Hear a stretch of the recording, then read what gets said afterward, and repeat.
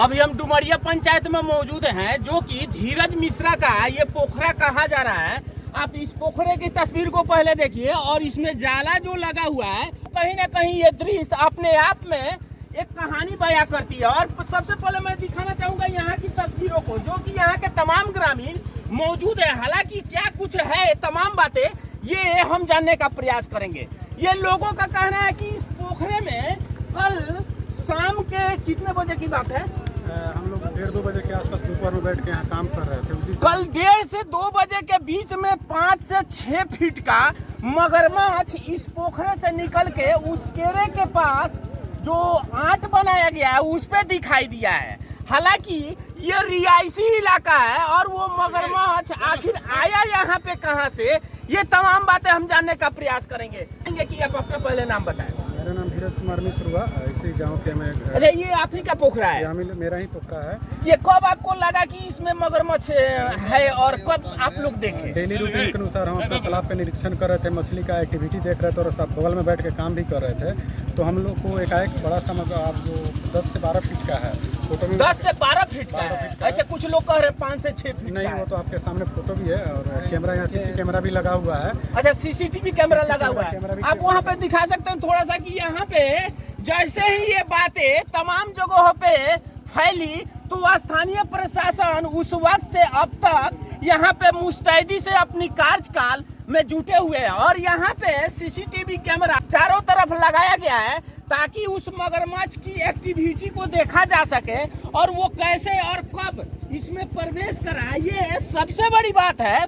यहाँ अगर दूर दूर तक अगर कह दे तो रिहायशी इलाका है, लोगों का आवागमन होने के बावजूद ये मगरमच्छ उतना लंबा और उतना बड़ा कैसे यहाँ पे पाया, ये सबसे बड़ा विषय बनता है। तो क्या कुछ जैसे प्रशासन के तरफ से कल से क्या कुछ किया जा रहा है यहाँ? जैसे मगरमच्छ दिखा तो सबसे पहले हम अपने लोकल स्तर पे जो हमारे जिला के लोजपा अध्यक्ष धर्मेंद्र मिश्रा जी, उनको हम फोन की कि चाचा आप जिला में हैं, तो सबसे पहले जिला लेवल के पदाधिकारी को सूचित किए। वो तत्काल वहाँ के डीएफओ साहब को शायद सूचना दिए और तत्काल हमको लगता है 40 से 45 मिनट में वो वन विभाग की टीम हमारे मौका स्थल पर तालाब पे आ गई।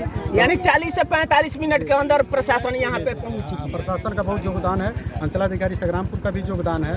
तो लोकल स्तर पे अंचलाधिकारी महोदय भी इस पर बहुत सारा मेहनत की है और हमको लगता है कल शाम से कंटिन्यू इसमें वो लोग लगे हुए हैं। डीएफओ की पूरी टीम हमको जहाँ तक ज्ञात है, मुजफ्फरपुर की टीम, बेतिया की टीम और पूर्वी चंपारण की फॉरेस्ट विभाग की टीम लगी हुई है कंटिन्यू। चूँकि रिहायशी इलाका है तो प्रशासन भी अलर्ट है और हम लोग भी पूरे ग्रामीण लोग सहयोग कर रहे हैं। अच्छा, ये मगरमच्छ इतना लंबा चौड़ा यहाँ पे कैसे आ गया, ये सबसे बड़ा विषय बनता है। हालांकि अगर दूर दराज तक अगर देखा जाए तो वन का कोई मतलब इतनी नहीं है या फिर कोई बड़ा नदी नहीं है, तो फिर यहाँ पे इतना लंबा चौड़ा या पहले से इसमें था या फिर अचानक से आया? रिसेंटली 1 सप्ताह पहले हम लोग 26 क्विंटल मछली भी इसमें से बिक्री किए हैं।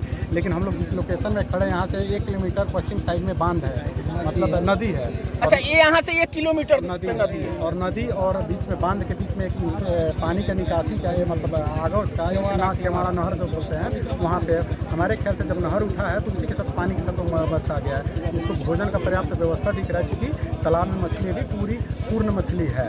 तो हमारे ख्याल से तालाब में अभी भी 15-20 क्विंटल के आसपास मछली होना चाहिए। अच्छा, मतलब यहाँ पे मछली आप वर्षों से उत्पादन कर रहे हैं और यहाँ से तकरीबन 1 किलोमीटर पे नदी है और बांध है। वो मतलब हो सकता है कि पानी के बहाव के साथ साथ ही वो यहाँ पे पहुँच गया। और जो ये तालाब है इसके किनारे में आप देख सकते हैं पूरा वाटर लॉगिंग एरिया है, क्योंकि बांध और नदी के संपर्क में कंटिन्यू यहाँ तक पानी है। अच्छा, चाहेंगे सर थोड़ा देर के लिए आप लोग आ सकते हैं? सर थोड़ा देर के लिए आ सकते हैं?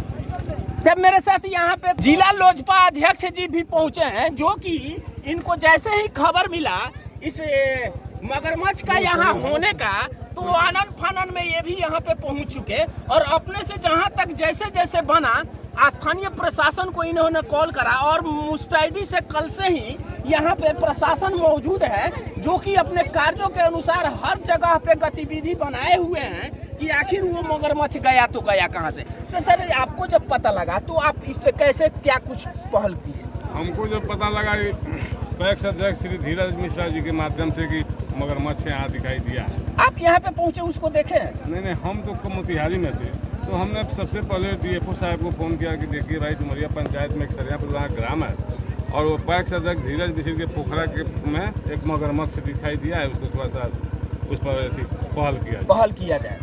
तो उन्होंने डीएफओ साहब ने अपने कहे कि नहीं हम आप तुरंत ऐसी फ़ोन करते हैं और ऐसी करते हैं, अपने टीम को यहाँ कल भेज। मतलब कल से ही प्रशासन की टीम यहाँ पे मौजूद है और अपना सारा कार्य कर रही है। बिल्कुल। तो क्या कुछ अब तक उस कार्य में क्या कुछ आप लोग को मतलब इससे लग रहा है? अभी तो हम लोगों को लग रहा है आपके सामने जाल गया प्रशासन के द्वारा इसमें ऐसी किया गया है, लेकिन हमको हमारे देखने से जाल अभी पोखरा से छोटा दिखाई दे रहा है। पोखरा से आधा जाल है, बड़ा यदि जाल रहता तो संभवतः उम्मीद है कि मगरमच्छ उस जाल में आ जाता। अच्छा, ये तो सबसे बड़ा एक विषय बनता है, यहाँ पे रिहायशी इलाका है, चारों तरफ लोगों का आना जाना, लोग भी बसे हुए हैं, और यहाँ पे उतना बड़ा मगरमच्छ अचानक से आ जाना, ये पहले से उसका यहाँ पे होना तय है कि अचानक से? नहीं, अभी पर साल भी अभी 2 छोटा मगरमच्छ बगल में है। अच्छा, छोटा मगरमच्छ बगल में है। पर से विगत 2022 में भी वहाँ देखा गया है और आज भी है। अच्छा। और गंडक नदी है हम लोगों के बगल में, गंडक नदी है, और आए दिन एक साल में लगभग 3 या 4 बार बाढ़ आता रहता है। और मुख्य इसका ऐसी है, सुलिस गेट सामने पड़ता है जो नदी से कॉन्टेक्ट है। तो हो सकता है, संभावनाएं जताई जा रही है कि उसी के माध्यम से यहाँ पे पहुँचा होगा।